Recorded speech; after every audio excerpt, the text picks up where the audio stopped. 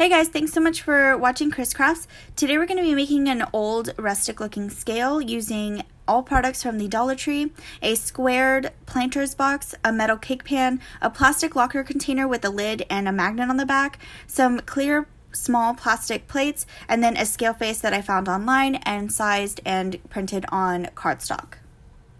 Next, you're going to paint all the pieces of the project using some Rust-Oleum Heirloom White spray paint. I did about 2 solid coats and then let them dry overnight. While those are waiting to dry, you're going to take some Mod Podge and just go over your scale face. I did about 3 solid coats just to make sure that everything was super covered. And the reason I do this first and put Mod Podge on the top first is to prevent it from bubbling when we attach it to our project.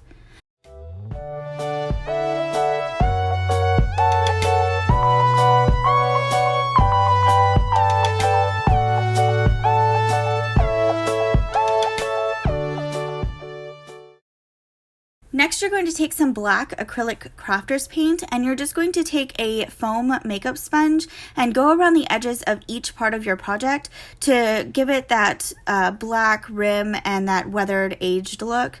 I tried a bunch of different techniques. I tried swiping it around and just like kind of spreading it. And what ended up working out best for me was this dabbing method.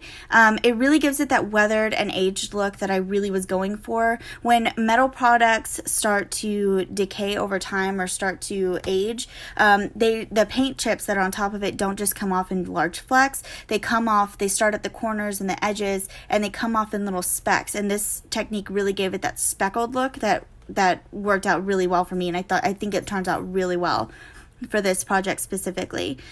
This project is definitely not something that needs to be really neat and perfect. I feel like the more you add to it, the more character it has. You don't want to add too much, but adding some character spots is definitely a bonus from this project. I think it makes it look really nice. I went around with a Dollar Tree paintbrush and just added those little specks to make it look like paint flakes were coming off.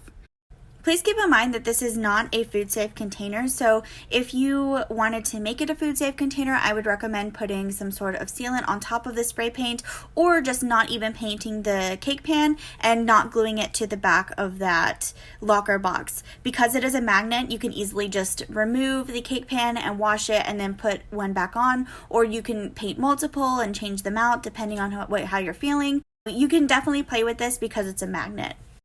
Next, we're going to cut out our scale face using scissors. Yes, I know these are sewing scissors, but I use these specifically for crafts, and then I have my other sewing scissors. We're just going to add some more character to the plate now, and the dabbing method that I used really looks good on this plate, guys. It turned out so well. I'm looking at it, and it's just so nice.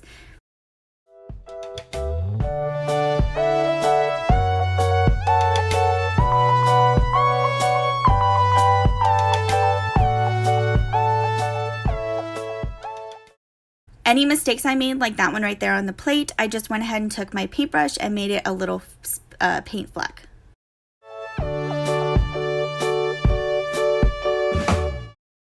Next, we're going to take some more Mod Podge and we're going to glue the back of our scale face down to the plate. And I went around and used that foam brush to get the edges really secure and make sure that it was a nice seal. It doesn't have to be perfect again, but I wanted to add that extra little step because it's going to be in my kitchen, and in case any water or anything gets off, I can easily just wipe it off and it won't get behind the cardstock and cause water damage.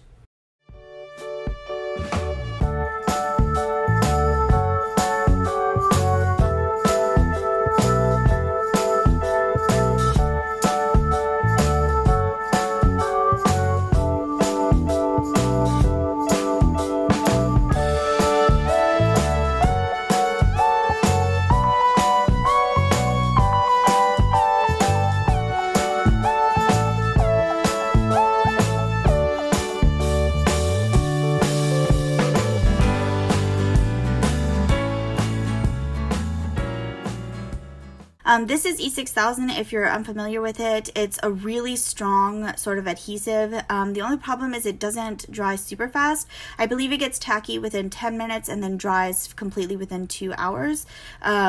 However, if you're impatient like I am, E6000 isn't always my favorite tool to use, but I figured that because, you know, this was going to be holding some heavy objects, I wanted it to have that really strong hold.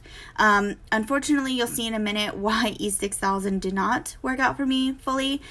So I went ahead and just glued down the top of that locker box to the top of the planter box, and then put my cake pan on top.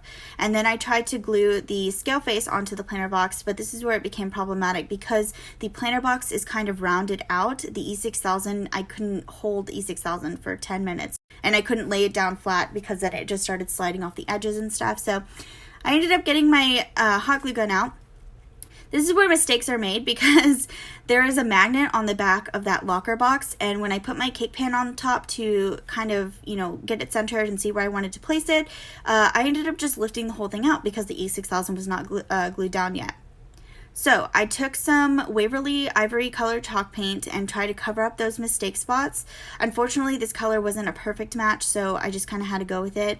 And then when it was done, I really didn't like the way that looked because it, you know, you could still see those mistake spots when you place down that locker box back on top, and I just ended up not liking that. So I took another color, this Martha Stewart paint in the color Sand Dollar.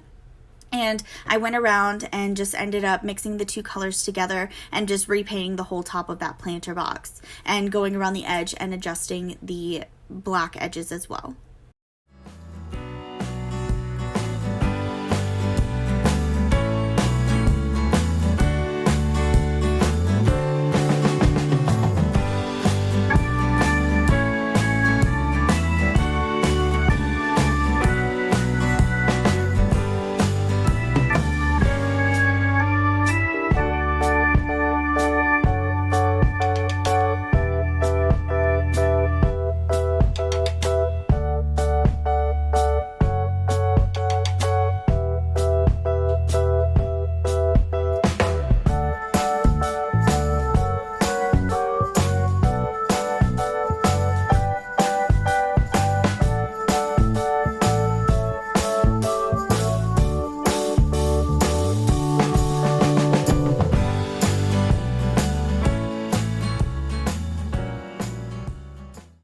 So once we let that top dry, I went ahead and glued the locker box, the magnetic side of the locker box, to the back of the bottom of the cake pan, and just try to get it as centered as possible and really secure.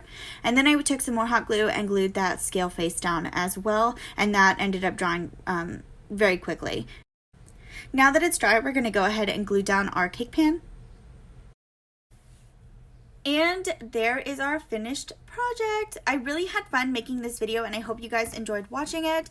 It took about 2 hours in total, not including the dry time, and I spent about $4 because all the items themselves were from the Dollar Tree. I will post a link in the description box with the scale face, and if you have any questions or would like to share a project that you think I should try, please feel free to leave a comment below.